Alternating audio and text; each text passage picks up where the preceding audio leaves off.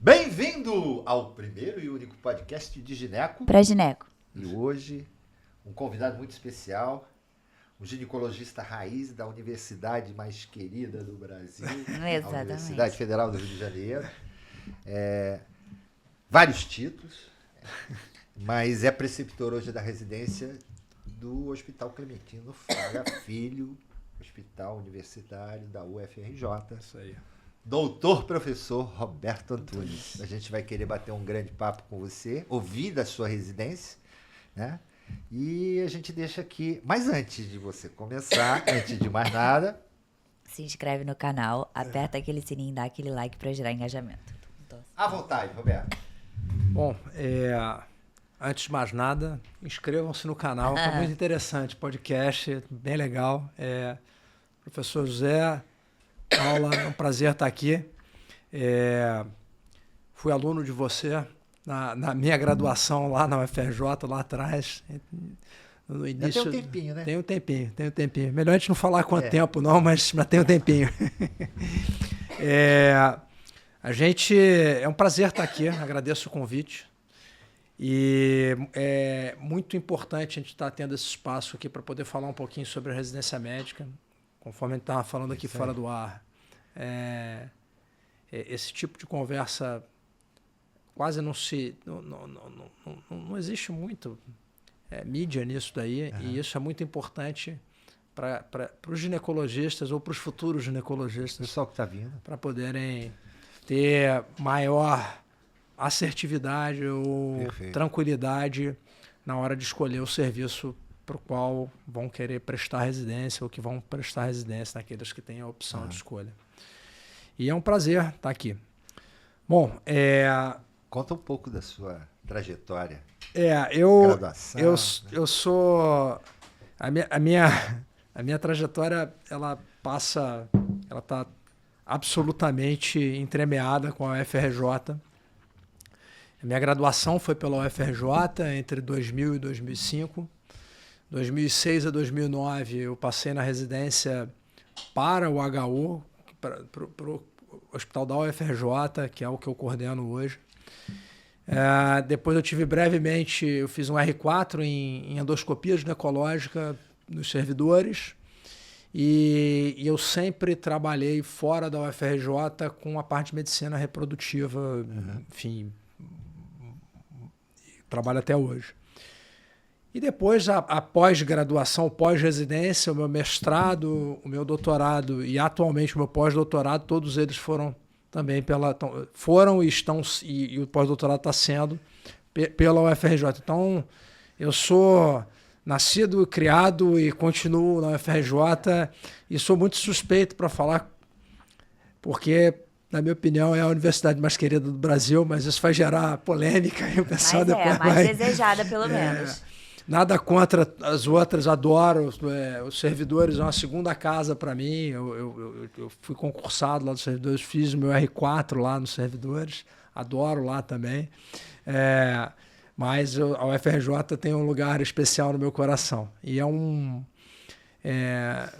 longo desses anos todos, eu nunca imaginei que eu fosse acabar coordenando a residência que foi a residência que me formou, né?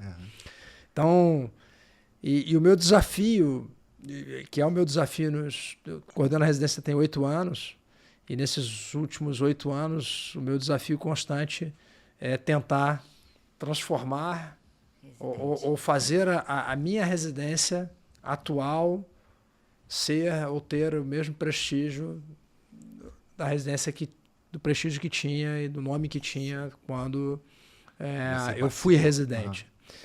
E a gente sabe que é muito difícil, em função das crises. O hospital universitário chegou a reduzir muito.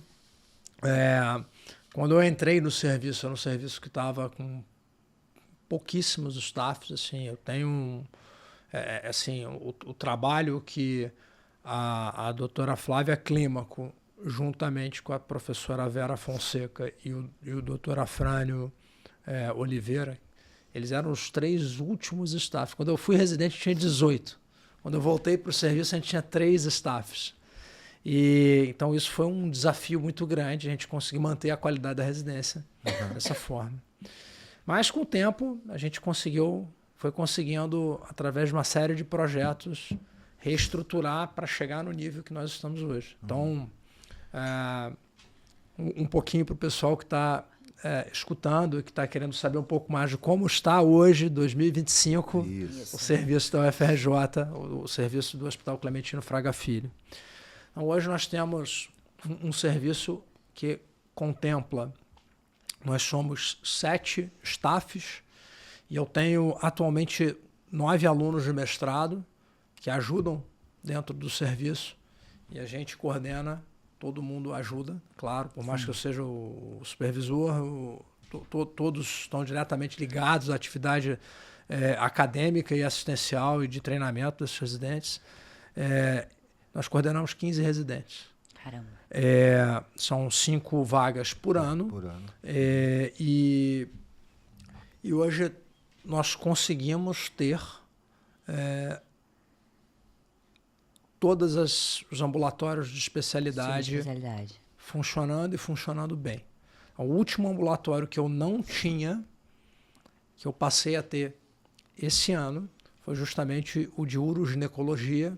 A gente está, inclusive, já com uma urodinâmica instalada e funcionando, e com o Leandro, que é quem está coordenando a parte de urogineco, que é um cara que faz isso muito bem. Então, esse era um desafio pessoal que eu tinha, porque era um serviço que tinha e que você... tinha e deixou de ter em função dos cortes, da saída de pessoal, e hoje a gente voltou a ter. Então, essa era a única, digamos assim, rodada que os residentes eram obrigados a fazer fora, que hoje eu conseguia reestruturar. Então, nós temos ambulatórios de oncoginecologia com um cirurgião oncoginecológico formado pelo INCA, pela UFRJ e pelo INCA, espetacular, que é o Flávio. E a gente tem um volume de cirurgias oncoginecológicas que está muito bom. Até com a entrada recente da empresa brasileira de serviços hospitalares, a demanda cresceu muito, então a gente está aumentando um dia extra de centro cirúrgico. Então a gente opera normalmente, a gente tinha 2 dias cheios, a gente vai passar a ter 3 para conseguir botar as cirurgias benignas, porque o Flávio está com um dia só para ele, para as cirurgias de câncer ginecológico. Hoje, né? Você tem e o Flávio opera muito bem. A parte de mama ocupa basicamente o outro dia todo, e agora a gente vai ter um dia só para cirurgias benignas e cirurgias de menor porte também. Vaginal. As cirurgias vaginais, esteroscopia, os cones, isso a gente tem agora já um dia específico que conseguimos implantar agora esse ano. Mas seguindo aqui, então, tenho a oncoginecologia com o Flávio, temos a urogineco e essa parte de cirurgia vaginal e avaliação com o Leandro. Mastologia? A mastologia fica com o doutor Afrânio e com a doutora... que foi até do Moncorvo ela. Gente, meu Deus do céu, me fugiu o nome dela. A Flávia saiu. Não, a Flávia aposentou. Que era da mastologia. Que era da mastologia. Mas agora a gente está com 2 mastologistas. Anne? A Anne Dominique. Anne Dominique, exatamente. Que é espetacular. Parece que ela fez R4 na Ela fez a subespecialidade dela, masto, ela fez no INCA também. Isso. Então ela tem uma mão cirúrgica muito boa. E tem muito gás para tocar e tem uma pegada acadêmica também muito legal. Ela vem egressa, né? É o que você estava falando, né? Veio do Você Moncorvo. Tem a semente que germina. Você só tem que ter o terreno. É isso aí. Eu acho que essa entrada da EBSER, e aqui sem juízo de valor, não vou polemizar em nada. Ela dá uma chacoalhada e dá uma reestruturada. As pessoas que vieram da EBSER, nesse aspecto... Foram esses 2 profissionais, o Leandro e a Anne, que são espetaculares. Excelentes. Sim, a gente acertou em cheio ali. Foi muito proveitoso. Foi muito proveitoso. Né? E a Anne está tocando bem a parte de mama. Até a cara da FRJ já. E aí da parte de ginecoendócrina, eu coordeno o ambulatório de ginecoendócrina, nós temos um de ginecoendócrina, endócrina, um de infertilidade, que são esses dois eu coordeno. A parte de ginecoendócrina a gente conseguiu fazer um negócio muito bacana, que a gente conseguiu juntar como um grande ambulatório de que tanto os endocrinologistas quanto os ginecos compartilham. Então, legal. a gente tem... Você tem assistência dos dois lados. Pelo viés do gineco e pelo viés do endócrino. Isso é legal. Muita troca, isso foi de muito legal. né? Foi muito legal. E a parte de esteroscopia nós temos também. Conseguimos fazer bastante esteroscopia diagnóstica e a parte cirúrgica também. Hoje quem faz a parte de esteroscopia sou eu e o Flávio. E agora isso não está implantado ainda, mas eu estava até conversando com o pessoal lá da área básica e está entrando agora para concorrer num projeto que eu já solicitei isso via EBSER, mas concomitantemente com um projeto de pesquisa, né, junto ao PPSUS, para organizar um polo de endometriose profunda lá na UFRJ. Legal. Isso já está em fase avançada de ajuste. E implementação. Eu tenho lá atualmente que faz vídeo, eu e o próprio Flávio. O Flávio faz muito bem a parte de vídeo. E paciente não falta, né? E agora conseguindo os insumos mais críticos para você poder fazer a parte de vídeo, a gente consegue tirar esse projeto do papel e começar a implementar isso na prática. Tem né? alguma subespecialidade ou alguma área que vocês estão fazendo ainda convênio ou tudo está sendo implementado lá? A última área que a gente tinha convênio era a uro. Era a uroginecologia com o Fernandes Figueira, com o Rodrigo, que, cara, é meu contemporâneo, é ótimo. O Rodrigo, até o preceptor lá do Figueira.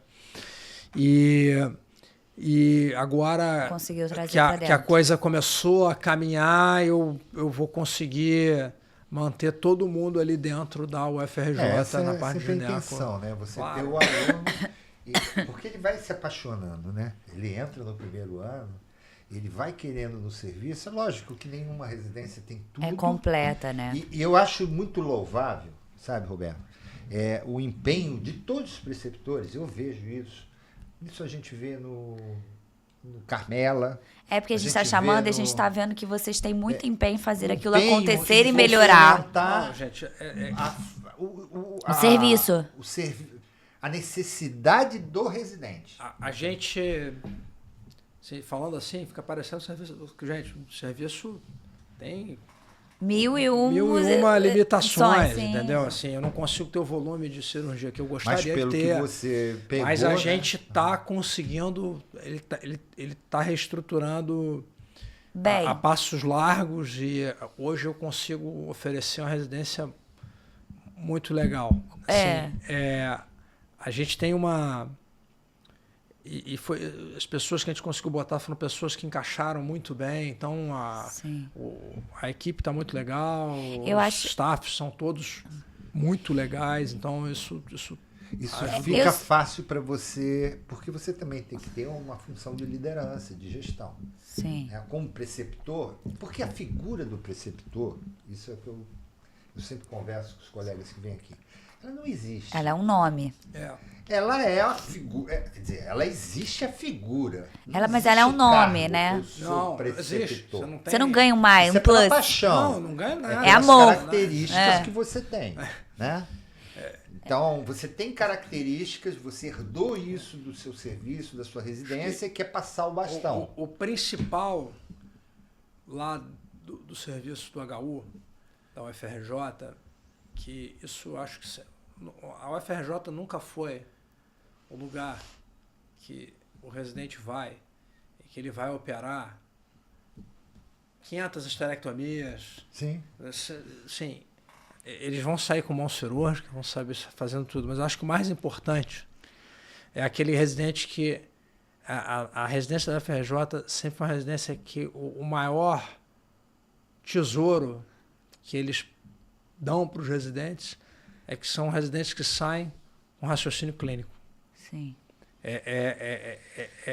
Não é aquele residente que vai ficar Então, Não é uma mecânica, É. não é coisa só mecânica. Estava até brincando, aquela coisa só do guideline, não é contra a medicina baseada em evidência, sou super a favor disso, mas, Mas como não uma adianta estra- você ter só o guideline e não ter o raciocínio clínico apurado. Então, isso eu acho que é o principal, que é o que a gente tenta passar para os nossos residentes lá, que sempre foi o, digamos assim, o DNA da UFRJ, foi você treinar o raciocínio clínico, você E treinar... exercitar. Exercitar, né? exatamente. Pra ter eu experiência. acho que para um residente eles têm que entender, ou um futuro residente, que não existe a residência perfeita. Foi o que você falou. Não, Tem todas não as existe, limitações, não tem existe. tudo que um serviço público tem, das dificuldades que ele tem, mas eu acho que quando você tem. A gente está fazendo esse podcast com os preceptores, você vê que tem um preceptor que está empenhado em trazer melhorias, em tentar melhorar aquele serviço, ou que, tem uma falha aqui, vou tentar fazer um convênio.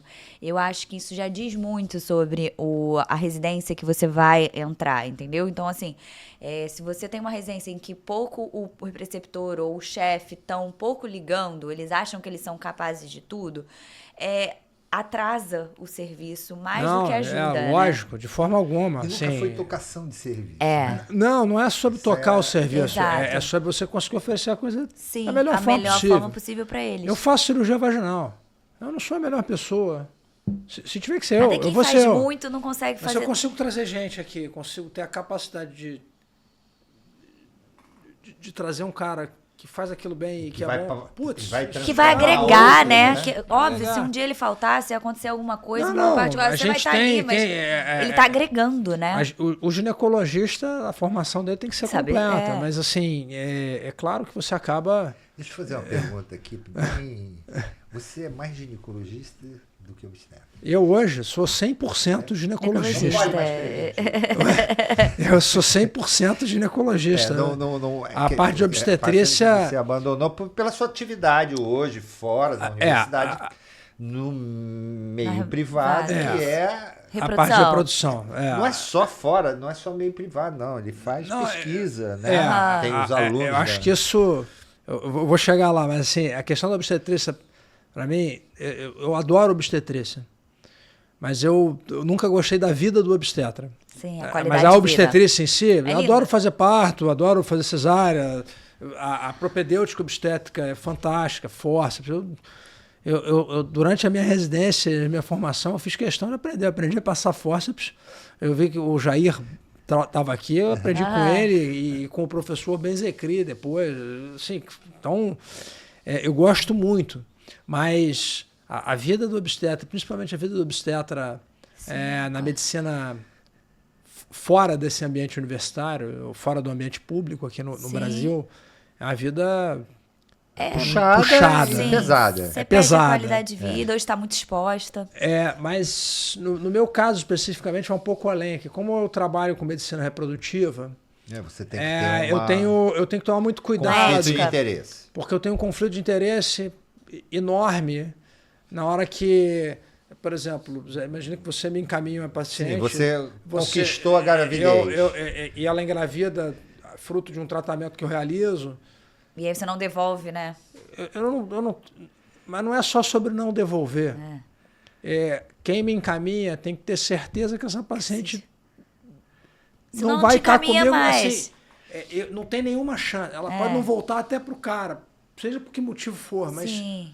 não vai ser. Com o Roberto não vai porque ele não é obstetra. Não faço, não tem valor. Então, para mim, mas é só por isso. Sim. Mas a medicina reprodutiva, ela me abriu, é a minha principal área de atuação. Entendi. E eu sempre fui um cara muito acadêmico, eu sempre gostei muito de publicar, de pesquisa. E isso a gente conseguiu levar, eu consegui levar isso para dentro da tua vida privada. Da vida privada e da vida pública. Sim. Porque hoje, por exemplo, eu tenho 9 alunos de mestrado através da pós-graduação da endocrinologia da UFRJ. Sim. E essas linhas de mestrado me ajudaram muito lá com o serviço, em vários aspectos. Primeiro, que eu consigo Recurso gente humano. boa para me ajudar no serviço. Sim. Então, por mais que o mestrando vá fazer um turno, vai supervisionar. Você tem um mestrando bom, é maravilhoso lá para os residentes. E você começa a ter mais opção com eles para que você consiga ter orientações, visões diferentes. Você começa a diversificar mais a visão. Sim. E, além disso, você serve como exemplo para os seus residentes, porque os seus residentes vêm. Toda vez que eu publico, eu tenho sempre publicação saindo. Agora, por exemplo, estou com 3 ou 4 que estão em revisão nas mais diversas revistas, normalmente mais para o lado da reprodução, mas mostrar para eles assim, a satisfação, como é difícil, você engaja. Eu tive agora, recentemente, isso tem acho que 2 anos, eu tive uma turma de residência, eu fiquei muito feliz e satisfeito, porque há 2 anos atrás, as meninas que se formaram, uma foi trabalhar em reprodução, fazer a segunda residência, passou na USP, ela entrou em 2 papers comigo, e isso foi parte essencial do que fizeram escolhê-la lá. Você sabe que São Paulo é difícil, é muito fechado, bairrista. Apresentar uma menina do Rio, isso foi muito legal. E as outras 2 entraram em outra publicação comigo, e as 2 apresentaram TCCs que viraram atualmente o mestrado das 2. Entendi. Então, 2 dessas 9 mestrandas que eu tenho hoje foram ex-residentes. Na verdade, eu tenho 3 ex-residentes, que atualmente são meus mestrandos. Então, essa coisa do DNA acadêmico, de você... Hoje, lá na UFRJ, isso é um grande atrativo. Que é uma coisa que eu divulgo muito e falo muito com os residentes. Olha, quem quer, você consegue entrar aqui no R1 e sair daqui doutor. Não no R3. Não, mas você vai fazer o seu R3, vai defender seu TCC já entrando no mestrado, e se você quiser, você emenda com doutorado. Então você consegue, digamos assim, tá certo. Não. completar a sua formação acadêmica. Você tem o terreno todo, né? Porque, vamos supor, se você tem um residente, pegar um hospital qualquer, pegar o hospital... Servidores. Pode ser os servidores, Ipanema, pode ser... Ele não tem a característica, a facilidade já de colocar o indivíduo na reta. Ele vai ter que ir para uma universidade, para um serviço que tem a linha de pesquisa, que tem o orientador. Ali o terreno já está pronto. Então é muito importante também para o jovem residente, né? Aquele que está querendo escolher. Ele desconhece eu quero essa vida, eu tenho essa característica, eu gosto de publicação, de pesquisa. É uma residência eu quero ser um professor. É o caminho. Né? Assim, difícil. Não, é um caminho. Na verdade, acho que você colocou muito bem. Eu acho que cada serviço vai atrair um determinado perfil de residente. Exatamente. Só que o legal daqui é mostrar isso, é saber, entendeu? Porque as pessoas não sabem. Foi o que eu falei, se o residente quer ir para o meu serviço e acha que vai fazer 50 esterectomias, ele não vai fazer. Eu garanto que ele vai sair com uma baita formação. Mas já se para Lagoa. Mas ele não vai ter esse volume todo. Agora, eu garanto para vocês também que se ele tiver um perfil acadêmico que ele quiser, ele sai até o doutorado. Ele sai do doutorado. Não, ele sai do doutorado. Ou isso, ou mesmo que isso, né? Isso é um atrativo. Sim, qual que é uma grande limitação que nós temos, por exemplo, no Rio de Janeiro como um todo? O Rio de Janeiro não possui nenhum serviço de alta complexidade que esteja público. Não existe. Zero. Na verdade, o Brasil tem em torno de 200 centros de medicina reprodutiva. Brasil. Desses 200 centros de medicina reprodutiva, nós não temos, são 6, se eu não me engano, centros públicos. Não dá 1%. É isso. Não dá. Sim. Não chega nem a 5%. Sim. 6 é muito pouco. Muito pouco. É muito pouco. Então, Você está falando isso, e aí o fato de eu trabalhar com essa parte... nós temos um convênio, aliás, eu tenho um convênio formal dos residentes rodarem, não só lá da UFRJ, residente da Lagoa roda comigo lá na minha clínica, da UFRJ,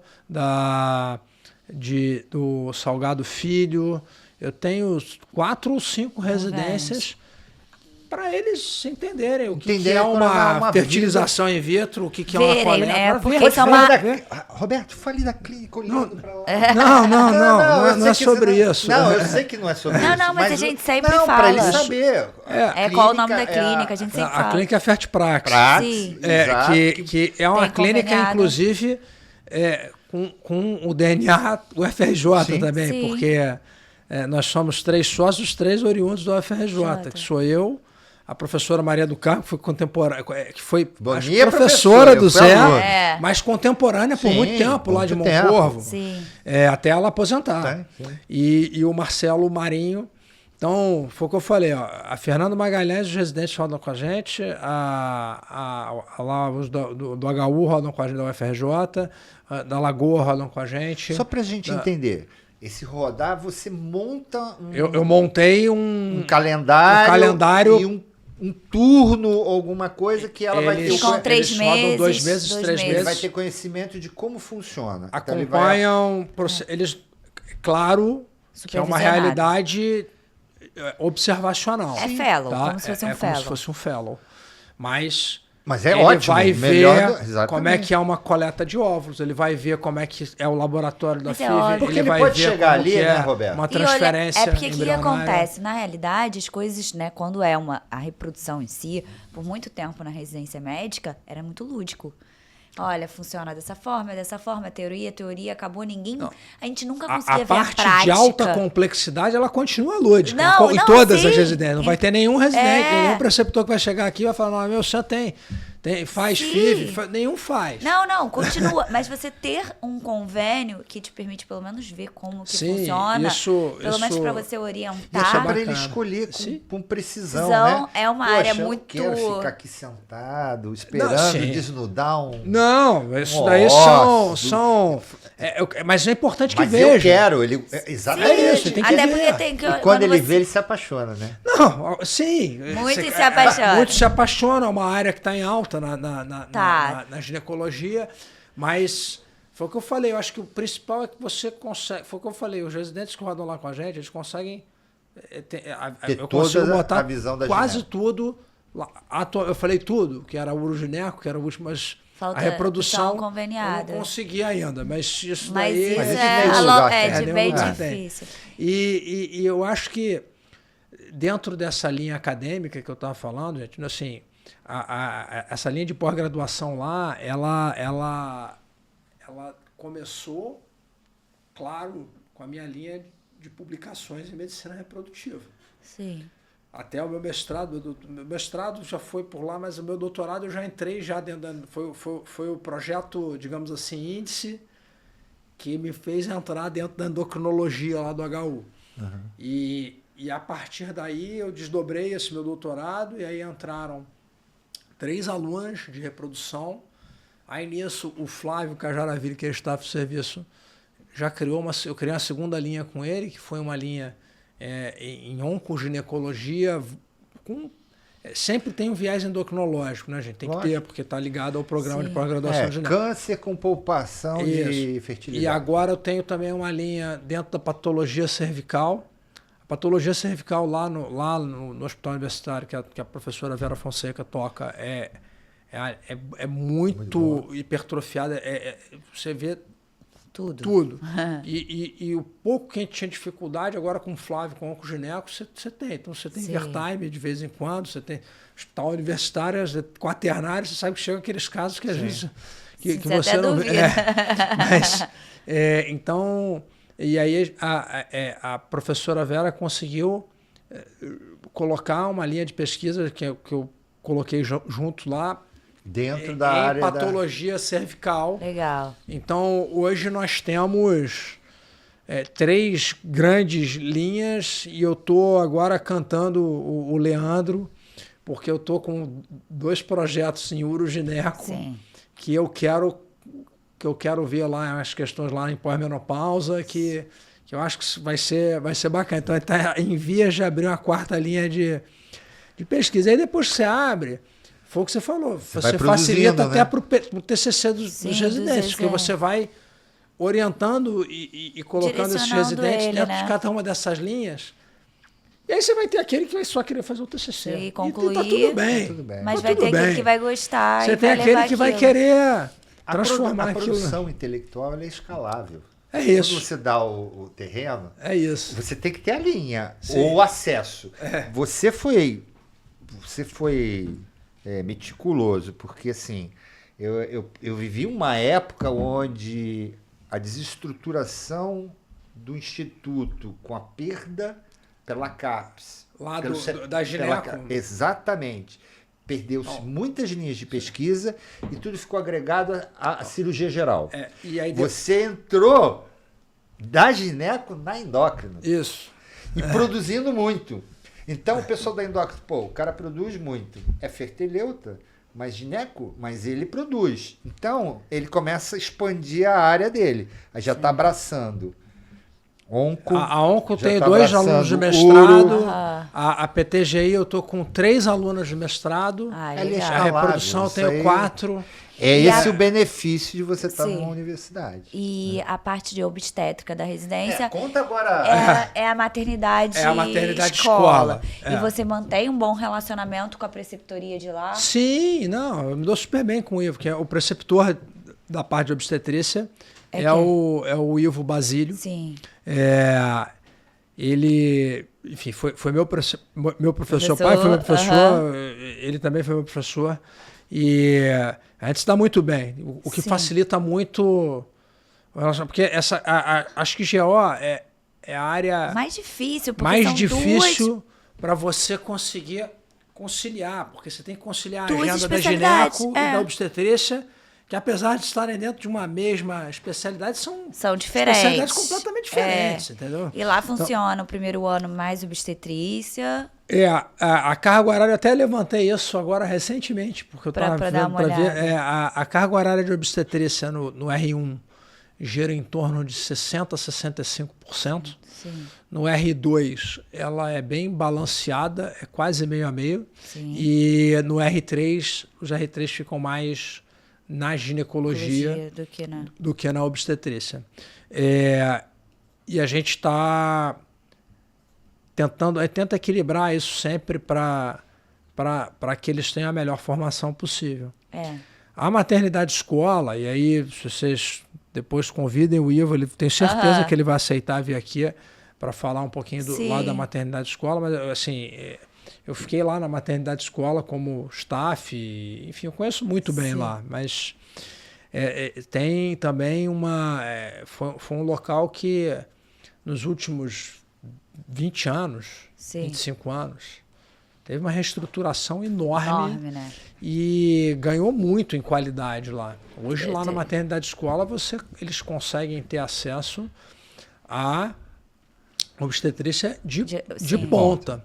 A única limitação que vocês têm, que tem lá na maternidade escola, é que você não tem aquele alto risco materno. O volume da maternidade escola, principalmente agora após EBSER, aumentou muito. Então, o residente sai com muita mão obstétrica, tanto para parto normal, quanto para cesárea, para laqueadura. Isso eles estão fazendo muito. A parte de ambulatórios de alto risco fetal. Vocês estiveram com o Jair aqui, o Jair falou até da residência que ele coordena lá do Caxias. Mas o Jair, ele é o chefe da medicina fetal da maternidade escola. E está muito estruturada. Muito estruturada. Eles têm fetoscopia, você tem cirurgia fetal, você tem... A maternidade escola está funcionando muito, muito direitinho. Está redondinha. Está bem redonda. Tá bem aí, redonda. nos dois, vocês têm aquela sessão científica, assim, para... Sim. Como é que... Então, você tem uma sessão científica da maternidade escola, da parte da obstetrícia. Eu coordeno a sessão científica. Na verdade, no HU eu tenho 2 sessões. Tá? O que aconteceu? E aí entra um pouco... E não tem jeito, né? O tempo passa e as coisas vão mudando e a gente tem que se adaptar para que a gente consiga oferecer a melhor formação para os residentes. Os residentes têm entrado na residência muito crus. Sim. Então, isso, enfim, não vou nem entrar, mas sim, isso é uma coisa que a gente vem conversando. Isso é um fato. Todos com muita disposição, mas muito cruz. Sim. E o que eu acabei fazendo lá no HU, e aí quem que me ajuda até são 2 mestrandas que foram minhas residentes, que coordenam isso junto comigo lá. Eu criei uma sessão, que é uma sessão online, a cada 15 dias, onde eu só revejo o tema básico. Então, básico mesmo. Ciclo Fisiologia menstrual, ciclo menstrual, mioma, as definições, vamos dizer assim, esse seminário beabá da ginecologia. O seminário de 15 em 15 dias é o seminário do livro, do tratado. E toda sexta-feira nós temos a sessão do serviço, onde você tem as discussões dos casos da semana, mas que tenham gerado ali, que aí está todo o serviço reunido. Tem a apresentação dos mapas cirúrgicos, a programação cirúrgica da semana seguinte. E a gente sempre faz uma apresentação, e aí sim é uma apresentação mais pontual, onde você vai discutir um artigo, você vai discutir um tema mais específico, algum ponto ali. Então é uma coisa mais direcionada. Sim. Porque a gente estava... Essa fórmula ajudou bem. Sim. Porque ajuda principalmente os R1s que estão entrando a conseguir ter uma... A entender um pouco, né? Porque o que acontecia, né? Eu vivo isso. Eu vejo o R1 chegando da forma como você está falando. Muito cru. E ele vai dar um seminário e pega o highlight... Não tem como. O up-to-date daquele assunto, onde ele mal sabe passar a sonda de Foley. Ele nem sabe o nome da sonda. Então, ele fala muito bem, ele se expressa bem, ele estuda, ele é estudioso. A gente vê que tem a disposição. Empolgação. Mas, cara, não tem contextualização da pampa. Não tem substrato para falar aquilo. Não dá para ter discussão. Então, fica difícil. Exato. E vai um pouco além. Eu acho que a gente acaba que a discussão fica só entre os staffs. Sim. Exatamente. Porque o residente não consegue nem... Então, é mal comparado. Ele perde o fio da meada. Eu discuti... Eu vou usar a área que eu discuti algum detalhe da fertilização in vitro num grupo que não sabe nem a investigação básica da infertilidade. É você querer discutir um pormenor lá de uma abordagem de endometriose para quem não está começando e ainda não domina nem o básico ali da endometriose. Então, essa pessoa ela precisa ser inserida, né? É isso. Ela não é... Aí você faz isso no online. Eu faço online. Eu consegui isso... Essa coisa do... Vai botando ele em dia com o online. Como o dia a dia é pesado ali, dessa maneira você consegue estar com quase todo mundo ali presente e aí eles mesmos apresentam os sistemas básicos. A Ana Laura coordena brilhantemente isso e ajuda.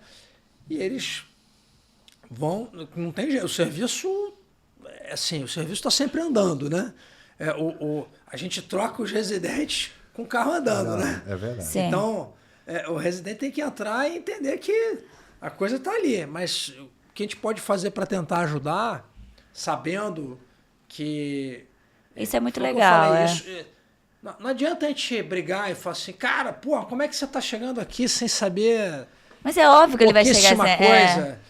Aqui, isso está relacionado a uma conjuntura que é muito mais complexa. Aqui Hoje pra em gente dia os discutir, né? residentes eles não têm o mesmo acesso que vocês tiveram naquela época. Vocês faziam parto já no segundo período de Sim, faculdade. não pode, não tem, a tem a gente, limitação de tem uma estágio. limitação. Para você entrar, você precisa de uma autorização. Você precisa também de um convênio. Então, assim, o acesso que aquele residente está chegando é único e exclusivo teórico de um médio curso. Eu estou dizendo médio curso englobando todos os cursos, né? E que eles aprendem literalmente o que ele está falando. É um livro, é o ciclo menstrual, é tudo o básico. Então, eles entram num universo onde eles... Ainda mais na FRJ, que é um universo realmente muito vasto, de um bando de doença. É um hospital quaternário. Absurdo! Cheio de informação que você olha e falou, nunca vi isso na minha vida. Hoje, eu atendi uma paciente com endometriose gravíssima, lá no meu ambulatório. Além disso, ela tinha rim policístico, doença renal policística, mas... Assim, Várias doenças. Nunca é só uma endometriose, coisa, nunca é só um mioma, nunca é só lá Essa no HU é geral, né? Combo, O cara né? que pega em qualquer hospital e fala, vamos mandar lá para o HU. Né? É hospital geral, né? Vocês também têm essa facilidade, graças a Deus, de terem tudo. Né? Então, vocês conseguem parecer de muitas clínicas, ajuda com muitas isso outras ajuda clínicas. muito, isso ajuda muito. Né? Isso é legal, eu fiz o Mas Hospital Federal tem também. que ter. Foi... Se não tiver, é impossível. Sim. Porque é um manejo muito delicado. Mas isso é legal falar, porque os residentes, por exemplo, no instituto, eles dormem, eles têm que fazer o plantão, né? Quando estava em... eles têm que fazer um plantão lá de ginecologia na UFRJ. Quem responde é a emergência. A UFRJ não há um plantão de gineco. Tá? A UFRJ, a carga horária de plantão, ela é toda voltada para a obstetrícia. Então, quando você compara os residentes, que é todo mundo UFRJ, mas Moncorvo o Moncorvo ele tem um plantão dentro do instituto e um na maternidade escola. Mas é compensado em carga horária. Sim. O residente do HU faz 2 plantões. Sim, de 12 horas. De 12 horas lá. Na minha época, eu fazia plantão de cirurgia geral. Eu fui a última turma em que os ginecologistas faziam plantão de cirurgia geral ainda. Né? Então, eu fazia lá no HU. Lá no HU. Quem responde hoje em dia é a emergência. Dava plantão como cirurgião geral lá, meu R1. E o hospital, o próprio HU também não é um hospital de emergência. Ele atende, mas não tem essa característica. A emergência do próprio. Você tem um setor de emergência que vai assumir. É claro, por exemplo, todo dia nós respondemos parecer de pacientes que chegam na emergência e muitas dessas pacientes são realocadas para os nossos leitos, né? Para os leitos de gineco, né? Sim. Então, sei lá, chegou uma paciente com um sangramento importante, ela vai receber um atendimento primário na emergência e a gente chegando no dia seguinte, às vezes a paciente já está até no nosso leito. E a gente assume e vê como que a coisa está caminhando, né? E aí você ter as ferramentas terapêuticas, agora, a minha briga agora lá, isso virou questão de honra lá, é padronizar o Mirena terapêutico, né? Sim. Padronizar para você ter compra em larga escala, não para botar contraceptivo, para sangramento isso, com a complexidade de pacientes que a gente tem, a quantidade de pacientes com contraindicações formais, a terapia combinada é enorme. Então, Mirena acaba que é uma arma poderosíssima lá pra gente. Tá saindo, vai sair. Agora, vamos falar um pouquinho, você falou bastante da residência, né? De como o jovem entra nessa residência, como ele é escalonado em ginecologia, obstetrícia, os ambulatórios. Eu queria que você falasse um pouco do como você vê o novo residente, né? E dizer, talvez, aí, para a nossa audiência, algumas dicas, né? A gente trouxe aqui uma vez o Ricardo Bruno, o Plínio, dos servidores. E a gente fez um episódio de como a gente deseja o futuro residente, né? Como a gente gostaria que aquele residente fosse. Então, como é que você vê ele hoje? Como é que você acha que ele deve se comportar? Eu vou começar falando como era a residência e o residente da minha época. Eu acho assim, primeiro, os tempos passam, os tempos mudam, as pessoas mudam e cabe não só os residentes se adequarem, mas a gente como também. Preceptor e como supervisor e como serviço se adequar. Perfeito. A forma como os residentes, como o mundo está e como os residentes são. Então, na minha época, a gente tinha... Qual que era o lado bom? Não tinha muita discussão. Sim. Roberto faz isso. Sim, senhor. Nem discutia. Roberto, sua carga horária essa semana vai ser de 105 horas. Perfeito. Perfeitamente. Sim, senhor.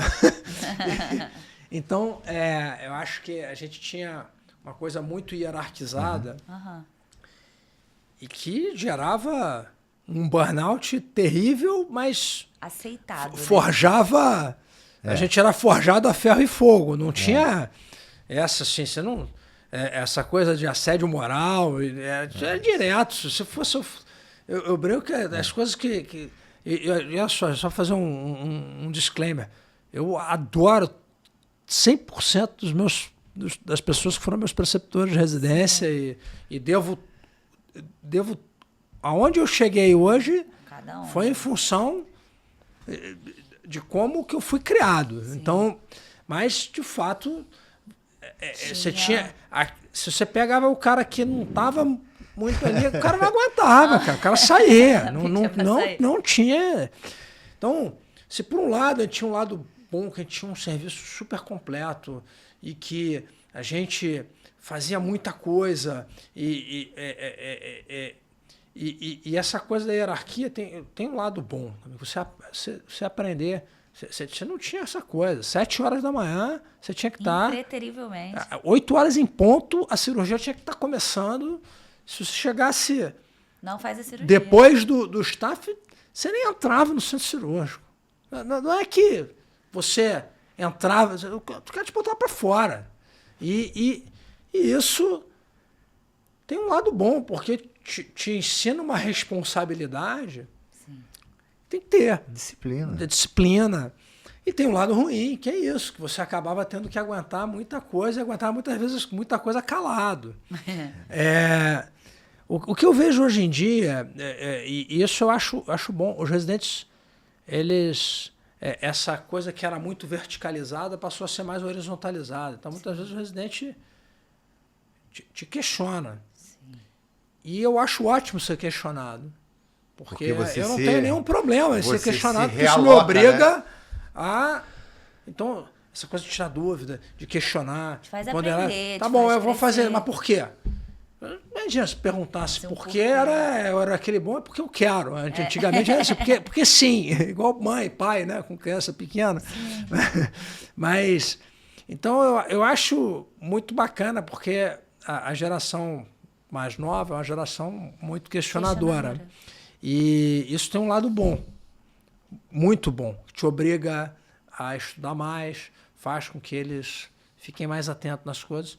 Por outro lado, o que eu acho que muitas vezes, às vezes essa coisa da disciplina e da hierarquia, às vezes falta um pouco. E eles têm que entender... Que existe. Que desde que o mundo é mundo, a hierarquia sempre existiu e sempre vai existir. Dentro de casa. Chega uma hora... É isso. Você não está em pé de igualdade com o seu pai, com o seu avô. Você tem que entender, e aí experiência e cabelo branco tem que ser respeitado. E nessas horas eu acho que eles pecam um pouquinho. Sim. Mas, em linhas gerais, essa coisa isso é bom. E eu acho que a gente precisa entender, muitas vezes, é que o modelo que nós fomos criados, eu brinco que eu sou o último dos moicanos, né? Assim, a minha geração foi a última geração que fez foi isso. criada a ferro e fogo. E é isso. E aí, muito das reclamações desses embates geracionais que a gente vê hoje, eu acho que é por você não entender o porquê, a forma que você precisa cobrar. Não é que eles não aceitam ser cobrados. Eles não aceitam ser cobrados da forma que a gente foi cobrada. Então, se você mostra para ele, prova para ele que, olha, eu estou aqui por isso, por isso e por isso. Não estou aqui porque eu caí de paraquedas aqui. Ou por... na hora que ele entende, a coisa melhora muito. Vira isso não chave. quer dizer que ele não vai ser chamado a atenção, mas a forma como você vai chamar a atenção, a forma como você... isso é que mudou muito. Mudou um pouco. E isso é bom, porque realmente, assim, a gente passar por situações que você tinha que respirar. Você falou uma coisa que cada preceptor vem falando algumas coisas que também me abrem a mente para como que também fez sentido outras coisas, né? Do tipo, era como se você falou assim, é pai e mãe, né? É assim porque é assim, pai e mãe. A sensação que eu tenho é que vocês tiveram pais e mães, né? Ou mais pais, porque naquela geração era muito mais homens. Mas eram pais ensinando para vocês. E eu vejo a forma que ele às vezes fala com os residentes como um pai. Olha só, tá errado. E que pode ser muito rude, mas é como um pai. Não, mas querendo ensinar, mas querendo melhor. Não é visto dessa forma. Mas não é vezes. Visto dessa forma. Mas assim, é o que... a gente está sempre querendo ensinar. Como um pai. Olha, você... Eu tô longe de ser a pessoa mais delicada do mundo. Mas longe de ser a pessoa. Quem me conhece, me conhece. A sensação que falta da gente entender é que vocês estão querendo ensinar como pai e filho. Mas acho que isso é importante, porque depois você consegue mostrar que, olha, vamos lá, eu tô te aceitando como você é, mas assim, o grito ou a fala mais ríspida, isso não é... Isso é porque eu quero que você aprenda. Eu quero que você... Mas é isso, é a forma mais amorosa que você não tem de ensinar. Não tem jeito. Você precisa... E eles precisam entender que eles têm que saber quando eles erraram, quando eles não erraram. E não tem jeito. Isso você só vai ensinar... Você tem que cobrar. Tem uma hora, foi o que eu falei, aí tem que saber como dar a bronca, mas a bronca tem que ser dada. Sim. A bronca muitas vezes tem que ser dada. Por quê? Porque vocês estão aprendendo, vocês estão treinando. Não que a gente não esteja, eu estou aprendendo todo dia, eu aprendo uma coisa nova com os meus residentes. E a gente aprende ensinando, né? Mas é a experiência, o cabelo branco. Mas isso é um ponto... Então, essa coisa está mais... Isso facilita um pouco, está horizontalizado. Até para chegar a dúvida em você. Sim, Porque muitas vezes você não sentia... Para falar com o professor Zé Carlos, às vezes era um... Caraca, eu vou falar com o professor Zé Carlos. Tem que botar um terno. Não é questão do terno, mas assim, você ficar... Marcar um horário. Você ficar preocupado de falar besteira pro chefe, de fazer uma pergunta idiota, isso assim, era muito comum. Não tem pergunta idiota. E o pessoal mais novo pergunta mesmo. Mas isso daí são coisas que vão se ajeitando, né, também. E eu acho que o principal é entender que, como você diz, eu não estou no papel de preceptor, só está aqui quem quer estar aqui. Exatamente. Porque... Exato. Foi o que o falou. Quer sair, pede para sair. Você pode sair. Você não ganha nada. Você só ganha só por reação, dor de cabeça. Assim, a grande satisfação que eu tenho, pelo menos, é ver meus residentes saindo bem formados. Eu quero ver eles crescendo. Eu quero saber que eles saíram daqui, independente da especialidade que eles foram seguir, ou da subespecialidade, eles foram caras éticos e íntegros. Sim. Não precisa virar o bam. Sim. Você pode... Você tem que ser bom que ele naquilo siga que você faz. Sendo um ginecologista geral que vai ter ali o seu consultório, que ele não siga a área acadêmica, não tem problema. Mas a integridade e ética são duas coisas que, independente do que você vai seguir, ou da subespecialidade, ou de subespecializar ou não, ou de seguir uma área ou outra, ou de querer ir para o setor público, você tem que ter.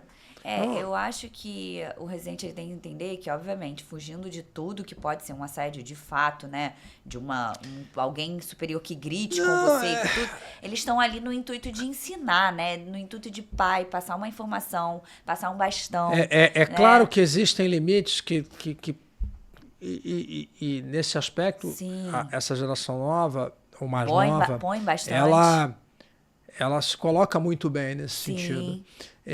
O que é ótimo, foi o que eu falei, assim, eu passei por muita coisa que realmente era considerado. Mas assim, para mim tá tudo bem, entendeu? Eu sempre consegui encarar isso de uma forma muito tranquila, mas tem gente que não encara. Sim.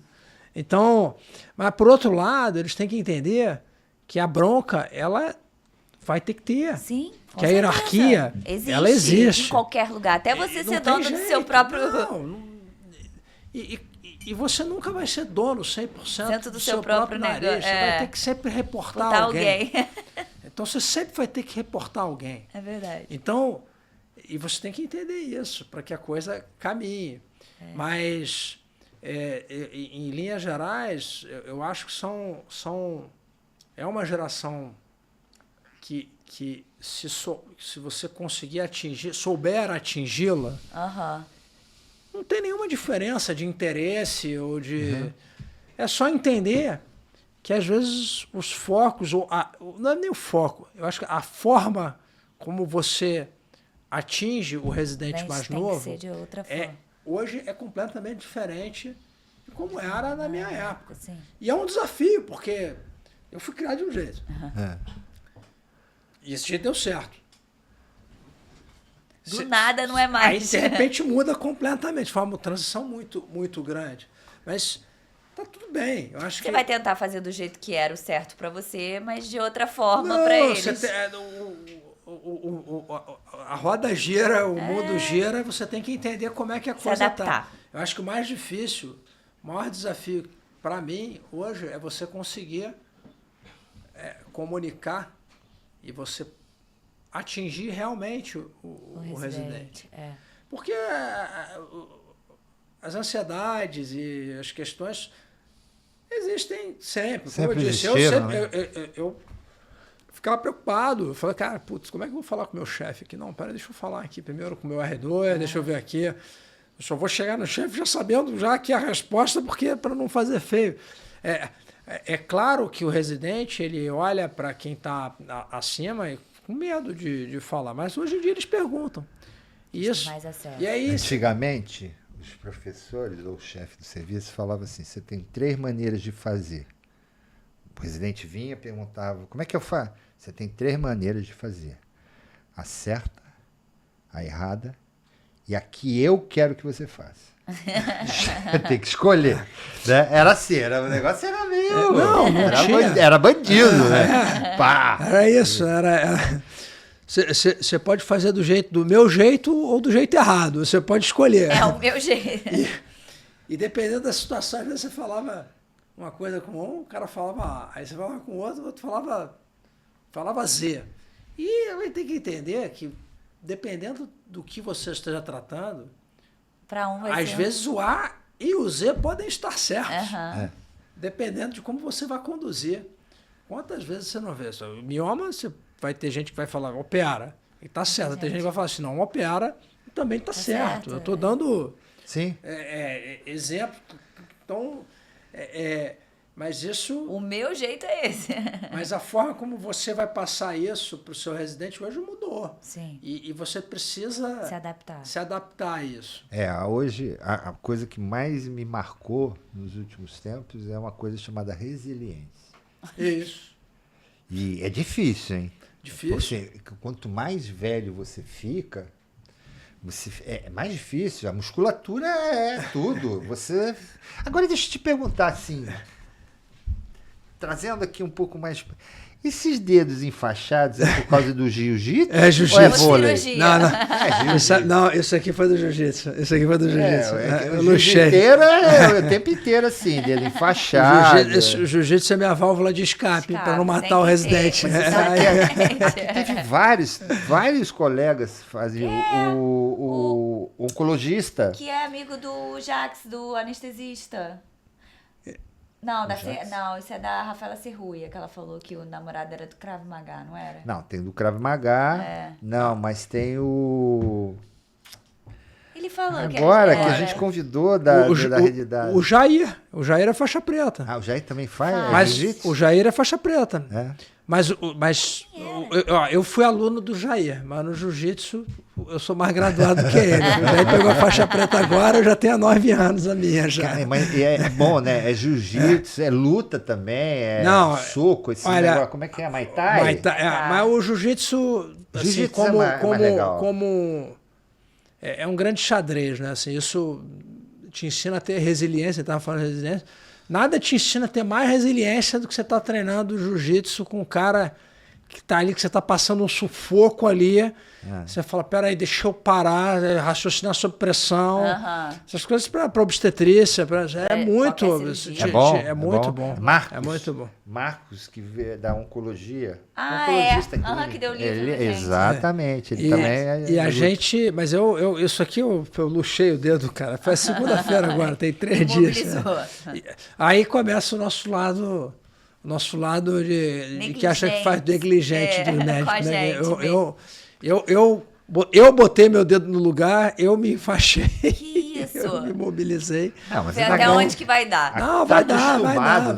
Já é a 20ª vez que eu tiro o dedo do lugar, não tem jeito. Né? Mas essa coisa da resiliência, professor, que você falou, eu acho que isso é um ponto que... E aí, fazendo essa comparação geracional, isso é um ponto importante. A geração atual funciona pior sob pressão do que a nossa geração, do que a minha geração. Mas foi isso, né? Foi isso é um ponto importante. Mas não é só pela forma como foi a criação, digamos assim, institucional. O mundo de hoje é um mundo de exposição imediata e total e completa. Muita reatividade, então, as pessoas querem resolver tudo há 10 minutos atrás. Então, isso é uma mensagem muito importante. E aí nada contra a rede social, a mídia social. Eu acho que é super interessante, super importante. E a gente já vai entrar nesse ponto. Mas a resiliência, eles têm que entender que a formação ela é longa. Você não vira professor da UFRJ do dia para a noite. Quanto osso que você já roeu, até você ter tido a oportunidade de fazer um concurso para ser professor e depois, mas quanto osso você roeu para chegar aonde está. Você não aparece do dia para a noite com doutorado ou com pós-doutorado, você não aparece com consultório cheio do dia para a noite. Então, esse imediatismo que eu acho que é uma coisa muito danosa e que afeta principalmente a geração mais atual. É o cara entrar e achar que o pessoal está trocando burnout pela ansiedade. Pela ansiedade. Não é nem... E aí... É isso, não vou saber nunca isso. Não, vai, calma. Você tem um... Você vai traçar sua experiência, né? Então, isso é um ponto muito relevante. O outro ponto relevante, eu tenho Instagram profissional, já fui mais ativo, hoje eu sou menos ativo, não tenho tempo nem... mas eu acho que você tem... É muito importante você procurar podcast de qualidade, você procurar informação de qualidade, porque hoje, com celular, qualquer um fala o que quer e escuta quem quer. Então, a gente precisa... E aí, é a importância de você ter uma residência que te ensina a ter pensamento crítico. Senão, hoje você cai nessas esparrelas todas aí de... que a gente, modelos, né? Modelos vendidos, esquemas. E essa pseudomedicina aí, né? Essa medicina... Sim. A gente falou dos guidelines aqui, mas a medicina também desses caras que tem zero evidência, né? Sim, as famosas soroterapias, eu falo isso abertamente, assim, eu não tenho nenhum problema com isso. Mas é isso, as pessoas elas vão criando coisas que não são baseadas em evidência e as pessoas vão... E alguém consome, né? Mas claro que consome. Por quê? Porque todo mundo... As promessas são todas muito imediatas, né? Incríveis, são incríveis, né? As promessas. E aí, todo mundo quer ter o corpo mais bonito, todo mundo. Quem não quer ser mais bonito, ter o corpo mais bonito, fazer mais força, lá, com a não sei o quê, ter a imunidade melhor, ou qualquer coisa que valha, né? Todo mundo quer isso. Eu também quero. E se tiver uma coisa rápida e pronta para você fazer imediato, é muito melhor, né? Então, eu acho que esse é o cuidado. E aí, assim, fazendo uma menção mais do que merecida para o podcast de vocês, vocês conseguem trazer um conteúdo aqui foi a forma gente que a gente viu de entrar no meio. De qualidade. Autoridade. Porque o meio digital, assim, isso é um outro desafio. A gente é analógico. Eu sou da geração... Eu sou muito analógico. Eu sou da geração que pegou a transição do analógico, literalmente a transição do analógico. O pessoal que chega pra gente é 100% digital. 100% digital. E aí a gente tem que tomar cuidado com essas armadilhas. Porque é muito acesso. O acesso é isso. Mas você hoje, se você vai numa ferramenta de inteligência artificial, você digita lá, quero uma apresentação sobre endometriose, SOP, voltada para o aluno de medicina do 5º ano, com referência... Te dá.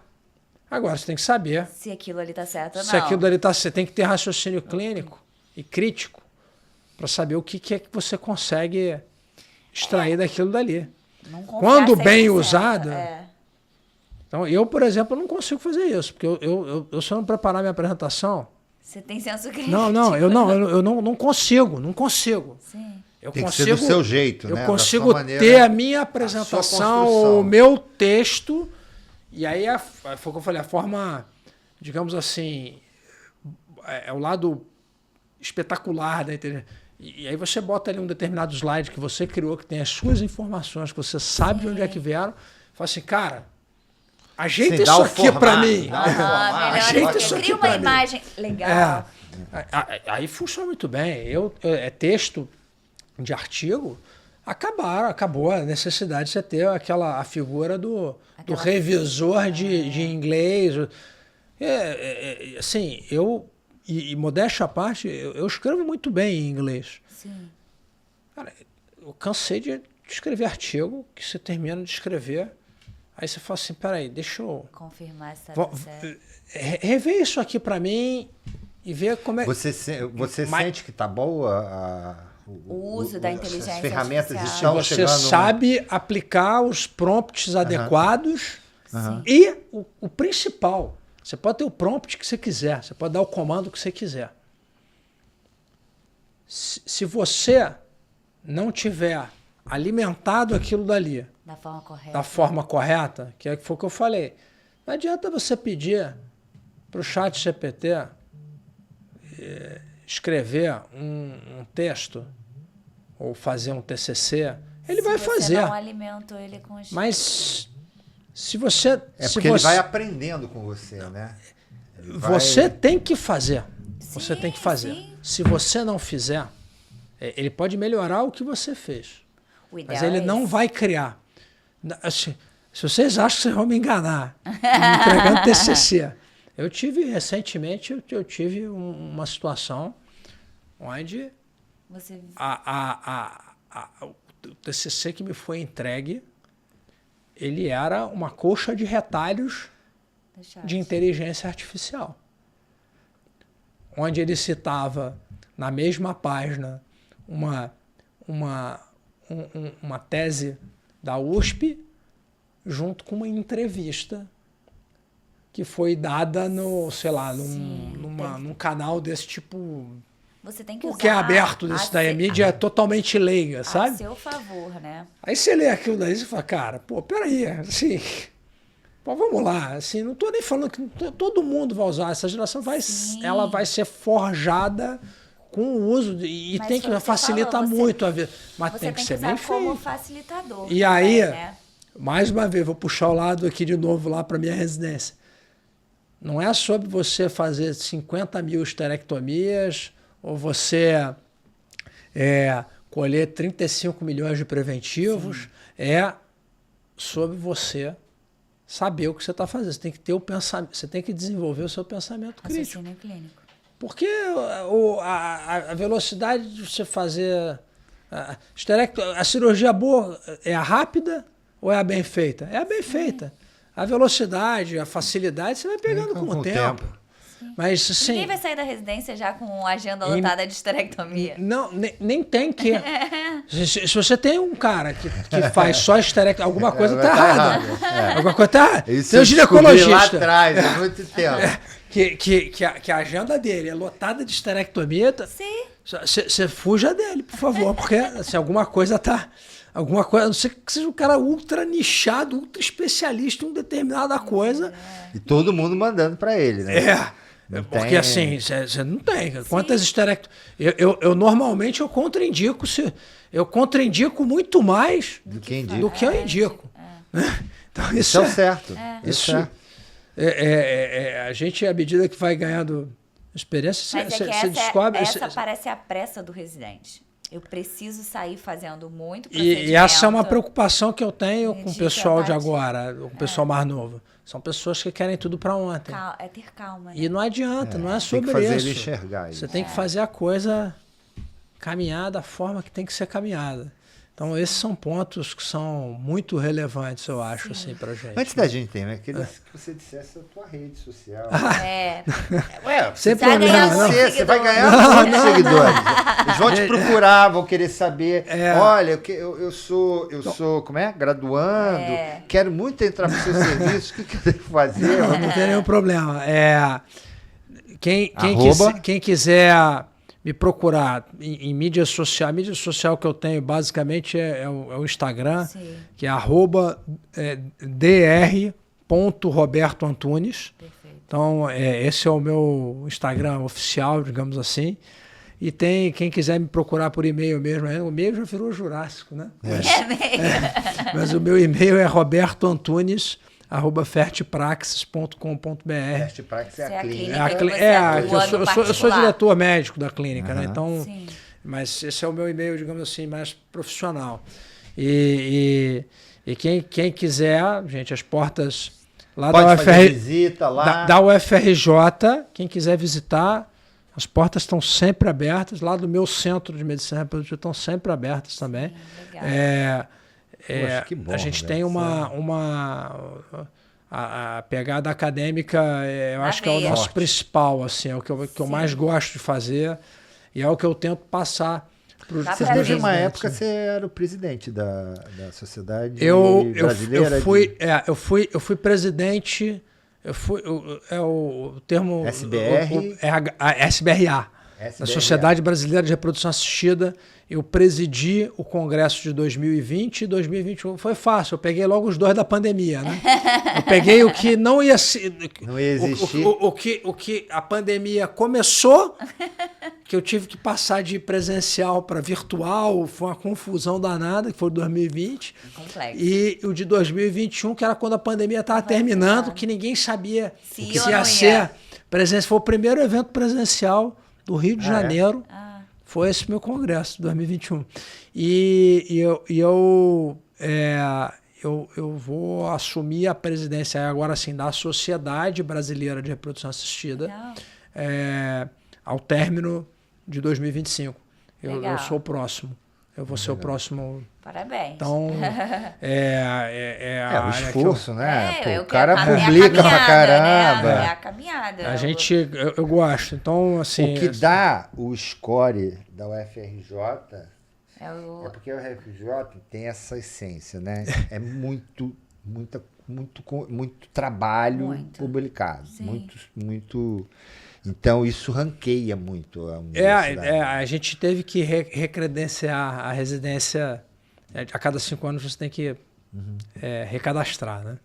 E aí um dos pontos que você precisa preencher é justamente o número de publicações, etc. Sim. Isso conta muito. Isso conta muito. E o FRJ passa longe. Quando a gente recredenciou a ginecologia, a gente estava ainda com isso tem 3 anos, então a gente estava ainda com serviço muito pequeno, mas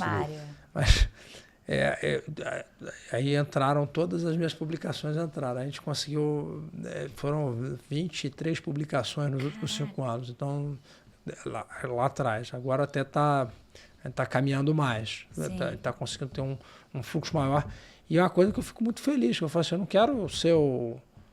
não quero que o serviço, as publicações sejam sinônimo do Roberto. Sim. Eu quero ter publicação em todo mundo. Eu quero estar dentro também, mas... Sim. Então, a Anne já começou a linha de pesquisa em mama. É levantar o serviço, né?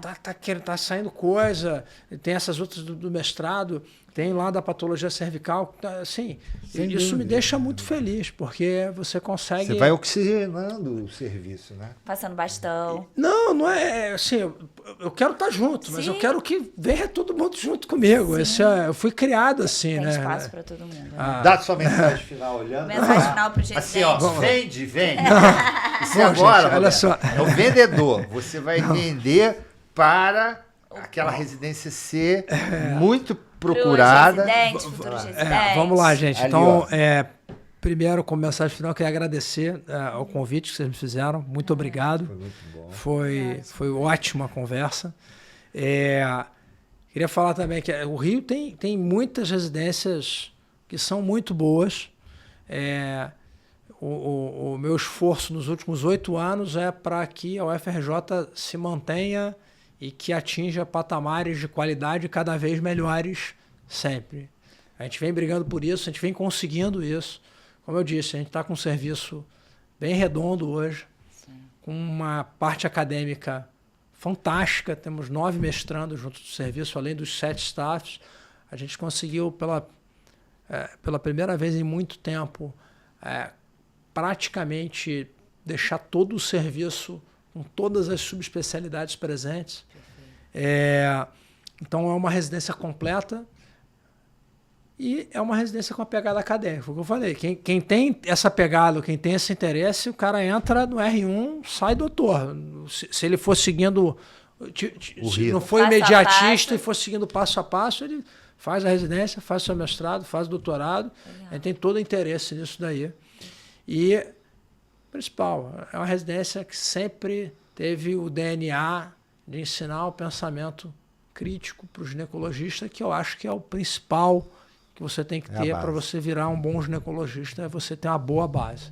Tem uma boa base, o resto, seja lá o que você escolher para fazer na ginecologia, você vai fazer bem. Exato. É isso. Muito obrigado, gente. Gente.